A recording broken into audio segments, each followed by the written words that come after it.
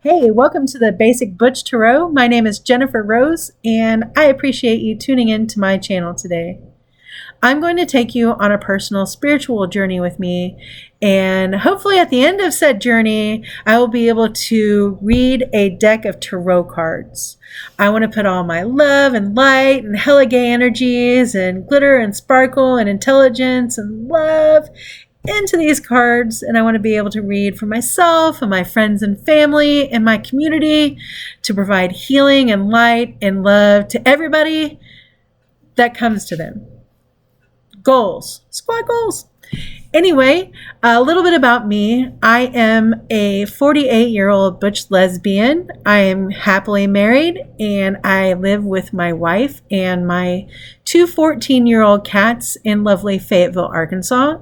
I have to say that if you're going on a spiritual journey in Fayetteville, Arkansas, that can't be a more beautiful, natural place to do so.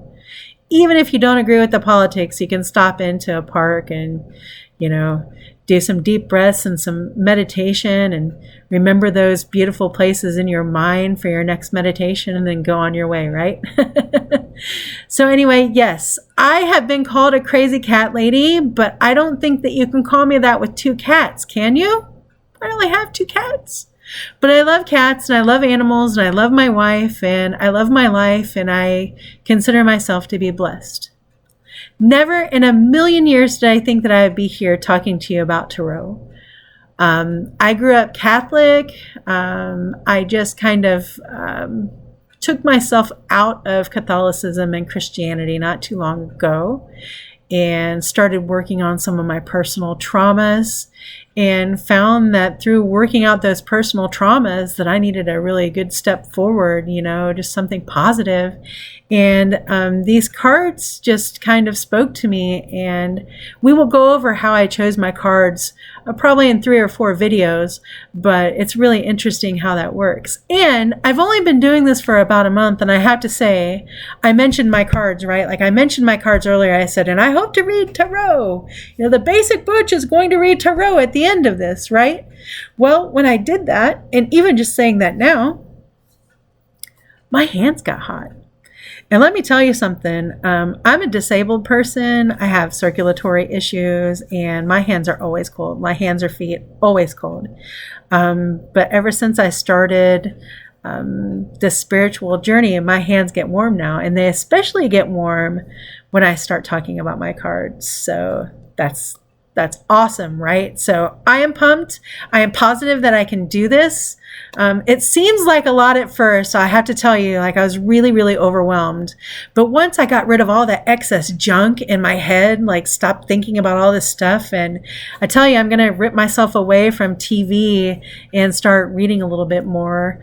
To further just empty out my spirit and let all of the good stuff in, right? So it's just kind of purging and letting good stuff in. And this is the way that I'm choosing to let the good stuff in, by putting my energies into tarot cards, okay? So little 6-year-old Jennifer had intuitive dreams and she didn't know it. But they found out one day in 2nd grade when little Jennifer stood up in the middle of class and said, I've already seen this before. I've seen this before. So what was happening was a massive deja vu war is the best way I could put it. But we were at our desks in 2nd grade and the teacher was going around the room and asking questions. I don't remember what it was, or maybe we were reading or spelling words or something. It was just something little. So people had to raise their hands. And so one boy raised his hand and I knew what he was going to say. And I was like, I knew what he's going to say. Next person raises their hand. I knew what she was going to say. And then at the time that I knew what those two were going to say, I also knew at the end what my teacher was going to say. And when she said it, I freaked out. So what happened after that is I was taken to a psychiatrist and they did all sorts of tests and they checked my IQ and they said that I was bored in class and I was just making things up and I was telling lies and tall tales. And they wanted me to skip They wanted me to skip 2 grade levels because they thought I was, that smart, but I refused to do that. And the dreams kept coming. So we went to a dream psychologist. I don't even know, a dream interpretive psychologist. Again, I was 6 or 7. So a lot of this is just kind of weird. I do remember that they tried to hypnotize me twice and it didn't work. And I specifically remember thinking in my head when they were trying it, I will not be hypnotized. I will not be hypnotized. I will not be hypnotized. And I was not hypnotized. And my dad was super mad because that cost a lot of money to have your child hypnotized in like 1978, 1979. Can you imagine? So anyway, they taught me how to identify those kinds of dreams when I was having them and to cut them off so I don't have them and I won't see the future. I've also been taught how to bring other people into my dreams. And at that time, it was my mom. And to help me if I'm incapable of, so sometimes if I was super tired or, like maybe I'd smoked a joint, not when I was a child, but as an older adult, like maybe I wasn't quite with it even in my sleep to be able to stop those dreams. So I can pull my partner into dreams too if we're close enough. And my partner currently radiates a whole lot of energy outwardly. Like I was talking about my hands, she does Reiki and her hands have always been hot. She radiates so much energy. It's crazy. And I feel it. I love it. So anyway, so my hands get warm. And so I started thinking one day, what if I just stopped doing that and learned how to channel that energy into something different? And my wife is learning to read tarot and she's already really good at it. And so she's been doing some readings with me. And so I've been getting to know cards kind of that way, but, she, encourages me to look outside of the box, something that I've never, ever done. And,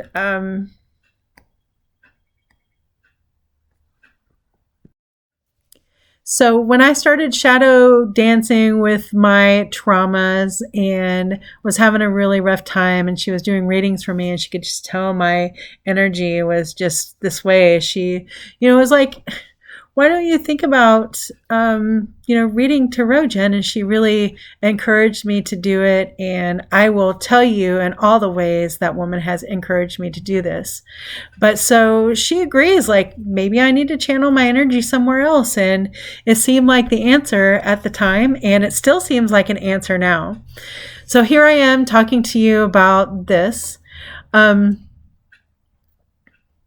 The other thing that I was thinking of when I thought about reading tarot, besides the fact that I was really worried that, people would judge me and all that kind of stuff, which I'm far past now. Like, religion doesn't tell you that it's okay to like dabble in tarot cards, at least not one that I've ever been in, although there's been all sorts of, suspicions and superstitions and folk tales and folklore that people believe as far as religion goes. But, this is a little bit different. Anyhow, when I was young and I was learning to read, I would often, like a lot of kids do, just point to the pages. But my mom said that I had a specific knack for doing it. Like I would almost read the story in pictures verbatim of what the words would say. And I was tested to see if I had a polygraphic memory. And I think that they said that I did, but I'm not sure. So I think that I was just really good at interpreting the pictures if there was a good illustration artist, right? So anyway, I just started reading them and that's how I learned to read. And with my wife reading tarot and seeing the cards, she would ask me, like, hey, well, look at this card and tell me what you think it means.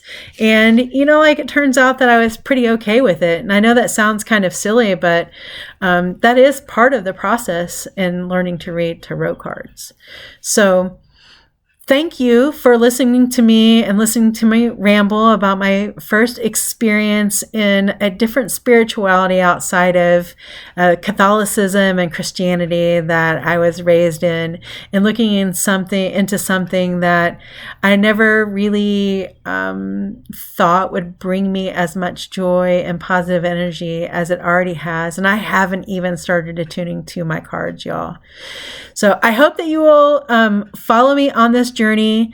My next video is going to talk about the quirky little things that I did prior to even coming to this conclusion that made me think, maybe she's got a little bit of intuition, and some of the things that I've collected along the way. And also, I will be releasing a video that will show the progression of the things that I add to my table. So I have gone through and I've picked my cards, and I'm going to tell you how I chose my cards, and that's a really great story. But I'm also going to start building my table. So I'm sitting at a table with a cover, and I have some of my favorite things here now. And in the next video, I'm going to share with you some of my favorite things and some of my ways that I use that might be considered, witchy, or, what do they call it? I always want to say suspicious, but I think that's just like my upbringing. Like everyone caught me suspicious. And I also always think about in Mean Girls when they were talking about predicting the weather, where she's like, there's this 30% chance that it's already raining. And she's standing out there and it's raining. I mean, I could predict like that too, but I am going to do much better than that in reading tarot cards. So come to the next video with me, and I will show you all my quirky little trinkets that I carried around with me, and then we will show you the quirky little trinkets that I've picked up along the way when I decided that yes, this basic Butch is going to read tarot.